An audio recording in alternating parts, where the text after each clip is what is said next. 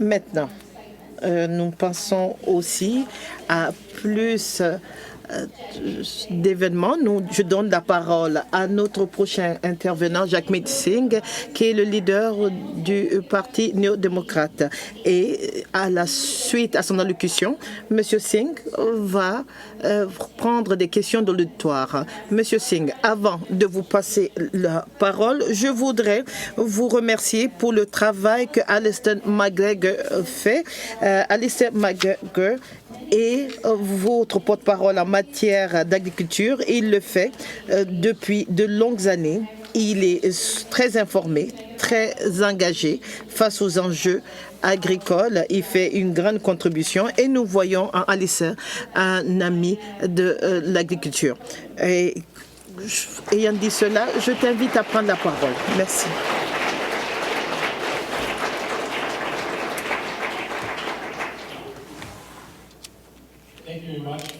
Merci beaucoup pour cet accueil chaleureux et je vais certainement faire part de ces compliments à Alistair. Et il fait toujours plaisir de savoir qu'on est apprécié. Ça fait plaisir de savoir que nous nous retrouvons sur le territoire non cédé du peuple algonquin-anishinaabe et il est important que nous réfléchissions à cela, que nous pensons aux défis et aux injustices auxquelles ces peuples ont fait face et que nous pensons à redresser ces torts. Merci, Mary Robinson. Merci pour tout le travail que tu as fait pour le monde agricole et pour les familles de fermiers. Et à vous tous qui travaillez dans ce domaine, vous travaillez au quotidien pour pouvoir faire avancer l'économie canadienne, pour être les intendants de la terre et pour vous assurer que nous avons de la nourriture sur nos tables ici au Canada et ailleurs.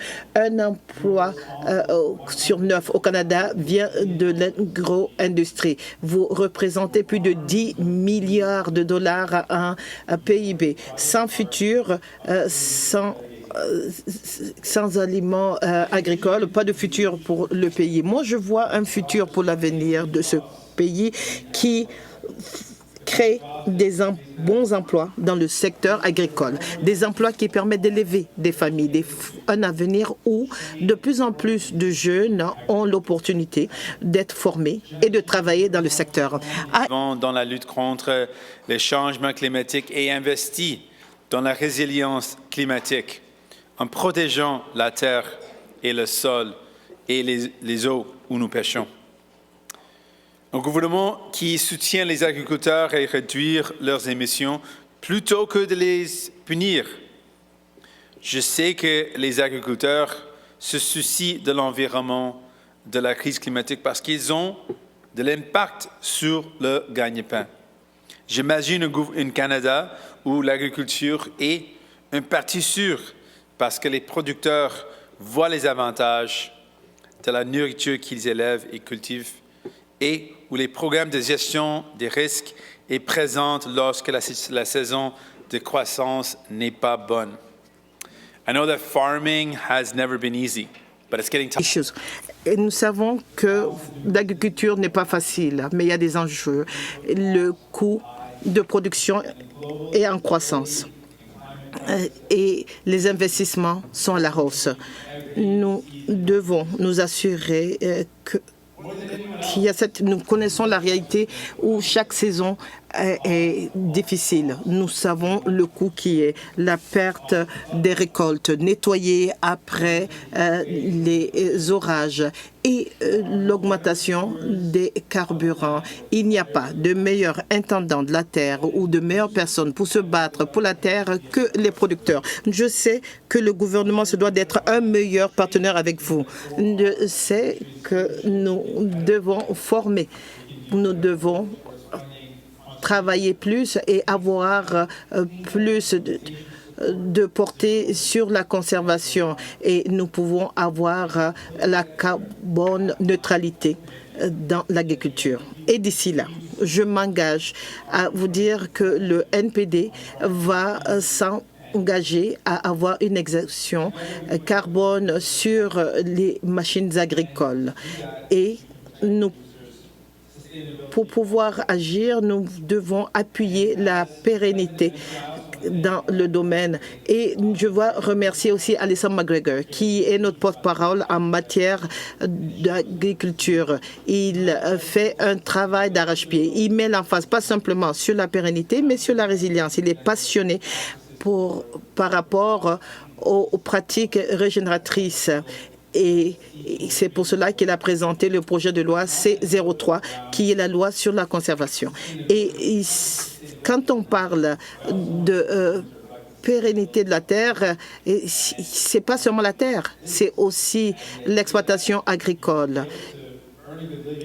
Et savoir qu'on peut gagner de bons revenus en faisant ce travail et pouvoir le léguer à sa famille. Ce qui nous préoccupe le plus, c'est que moi, mes parents viennent de familles de fermiers. Ils n'ont pas pu continuer dans le domaine parce qu'il n'y avait pas de manière d'avoir une vraie durabilité dans le domaine. Ils ont dû quitter la ferme et ils ont perdu cette opportunité. Et quand moi j'ai commencé à travailler dans le secteur, je travaillais avec le maïs.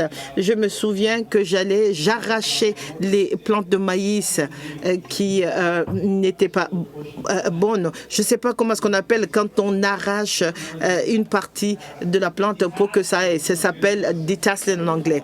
Ah oui, excusez-moi, j'ai failli appeler un ami de Windsor. Et voilà le travail que je faisais au quotidien. Et c'était un travail qui était très difficile. Et on avait l'impression que c'était un travail facile, mais ensuite, il fallait se déplacer des centaines d'acres pour faire ce travail. Je crois que mes parents voulaient que je connaisse la vie sur la ferme et tout en étudiant. J'ai pensé que c'était le meilleur travail que j'ai fait. J'aurais pu continuer à travailler sur les fermes de maïs et ça n'a pas été le cas, mais je voudrais que l'on sache que le travail dans l'exploitation fermière peut être pérenne et peut continuer à le faire. J'ai travaillé avec les producteurs et les organisations comme la FCA pour élaborer une stratégie alimentaire canadienne. Cette stratégie adopterait une approche pan-gouvernementale et reconnaîtrait les différences régionales. Elle serait axée sur la sécurité alimentaire de la ferme à l'assiette. It would recognize and fund et ça va reconnaître et mitiger les événements externes tels que la guerre illégale de la Russie en Ukraine. Et aussi, il y aura des tarifs sur les engrais russes. Et je crois que cela aurait une incidence sur les petites communautés où on pourra créer des emplois bien payés. Et c'est ce que nous pouvons faire, créer des emplois dans le secteur agroalimentaire. Le Canada devrait rayonner auprès des étudiants pour s'assurer qu'on leur parle des opportunités de l'agriculture du 21e siècle et comment est-ce qu'ils peuvent avoir la formation qu'il faut afin de réussir. Sécurité alimentaire sans une chaîne d'approvisionnement sécuritaire. La Fédération canadienne de l'agriculture a fait un excellent travail à ce sujet. Et le comité d'agriculture de la Chambre des communes s'est penché sur les faiblesses de la chaîne d'approvisionnement ainsi que la planification d'urgence et la résilience, y compris la mise à disposition de nouvelles routes vers les ports. Vous avez beau produire les meilleurs produits, mais si on n'arrive pas à les transporter de façon fiable et abordable, ça ne fonctionne pas. Le gouvernement fédéral a un rôle à jouer pour continuer d'améliorer le transport des produits agricoles. Nous savons que la gestion de risque est très importante, et c'est d'autant plus que depuis des générations, le NPD continue à appuyer cette initiative. Et ça, c'est d'autant plus important et nous devons tenir compte de la gestion des risques pour les producteurs agricoles. Je voudrais prendre un moment pour réfléchir à notre enjeu quand on parle de la nourriture dans nos pays. Je me préoccupe des prix que les familles payent pour l'épicerie.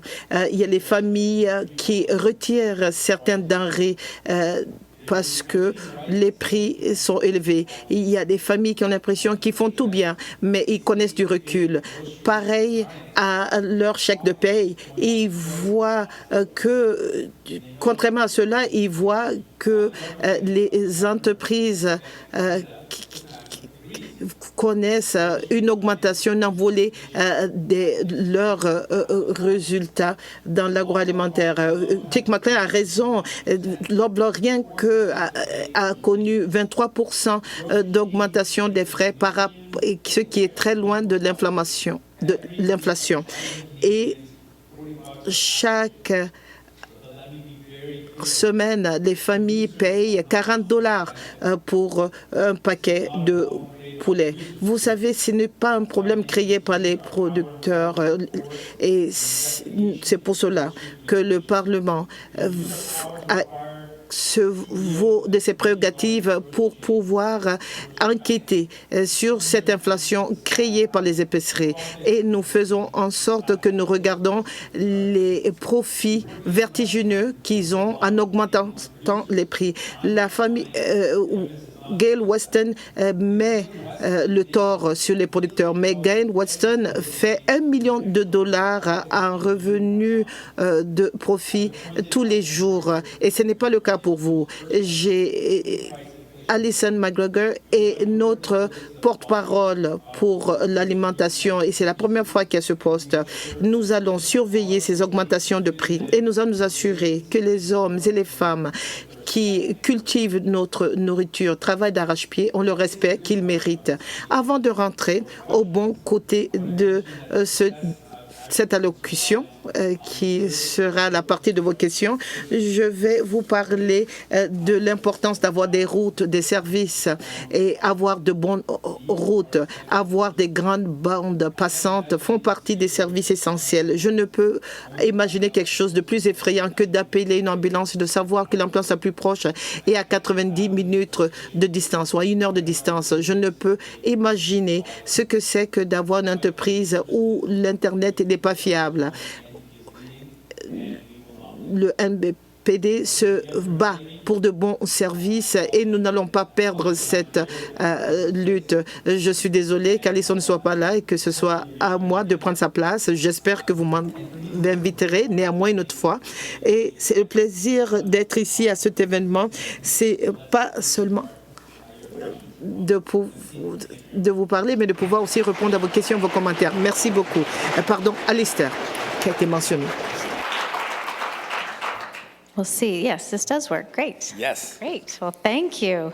And last year, l'année dernière, à notre AGA, Alistair a dû nous quitter pour aller voter. C'était juste au milieu de son allocution. Il a montré à quel point il est dévoué à la cause. D'accord. Ma première question par rapport à l'inflation. Les productions canadiennes luttent contre l'augmentation des coûts de production et l'inflation.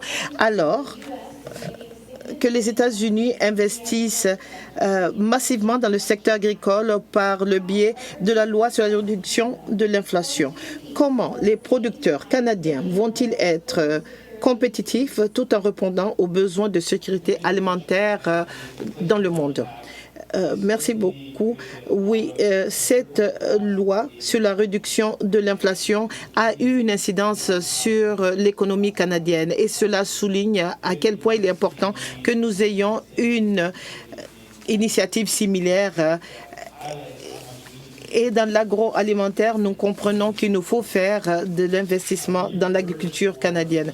Nous cherchons à répondre à cette loi, donc la loi sur la réduction de l'inflation. Il nous faut investir au Canada. Nous savons aussi qu'un autre domaine qui nous préoccupe et que j'ai abordé dans mon allocution, c'est qu'il est important pour nous d'appuyer le domaine agricole en général en en les aidant à résoudre les enjeux, comme la chaîne de l'approvisionnement. En tant que fermier, vous pouvez avoir la meilleure production au monde, mais si vous n'arrivez pas à les exporter ou à les amener sur le marché, ce sera un investissement perdu. Il nous faut investir dans la chaîne d'approvisionnement, et c'est-à-dire investir au Canada dans les chemins de fer, dans les ports, et vous aider à amener vos produits au marché. Nous devons rendre les choses plus faciles pour les gens afin qu'ils puissent transformer les biens que vous cultivez, que nous puissions les acheminer dans le monde et que nous ayons une stratégie pour répondre aux investissements qui sont faits aux États-Unis. On devrait le faire de toute façon, on devrait investir dans l'agriculture, mais cela montre à quel point qu'il est important que nous accélérons l'investissement et la stratégie et que nous répondons immédiatement à la réduction de l'inflation. Mon autre question, c'est sur l'environnement. Étant donné la capacité de l'agriculture à séquestrer le carbone et à fournir les solutions climatiques, les agriculteurs canadiens sont bien placés pour mener la lutte contre le changement climatique. Nous sommes également en première ligne pour faire face aux impacts des changements climatiques et des événements météorologiques extrêmes. Si elles sont adoptées, les exemptions de tarification du carbone comme prévu dans le projet de loi C234, libérant des capitaux qui pourraient être investis dans des mesures de pérennité. J'aimerais connaître votre point de vue sur le projet de loi C234 de façon plus générale, sur la façon dont nous pouvons nous associer à votre parti pour soutenir non seulement l'adaptation des changements, mais aussi renforcer notre capacité. Merci beaucoup. Avant tout, c'est vous qui subissez la réalité des changements climatiques. Nous voyons des fermes qui sont impactées par des chaleurs extrêmes, par des inondations, par des sécheresses. Nous l'avons vu en Colombie-Britannique avec la réalité atmosphérique des créée par les pluies. Nous avons vu aussi la sécheresse due à la chaleur et au manque de pluie et l'impact en bout de compte sur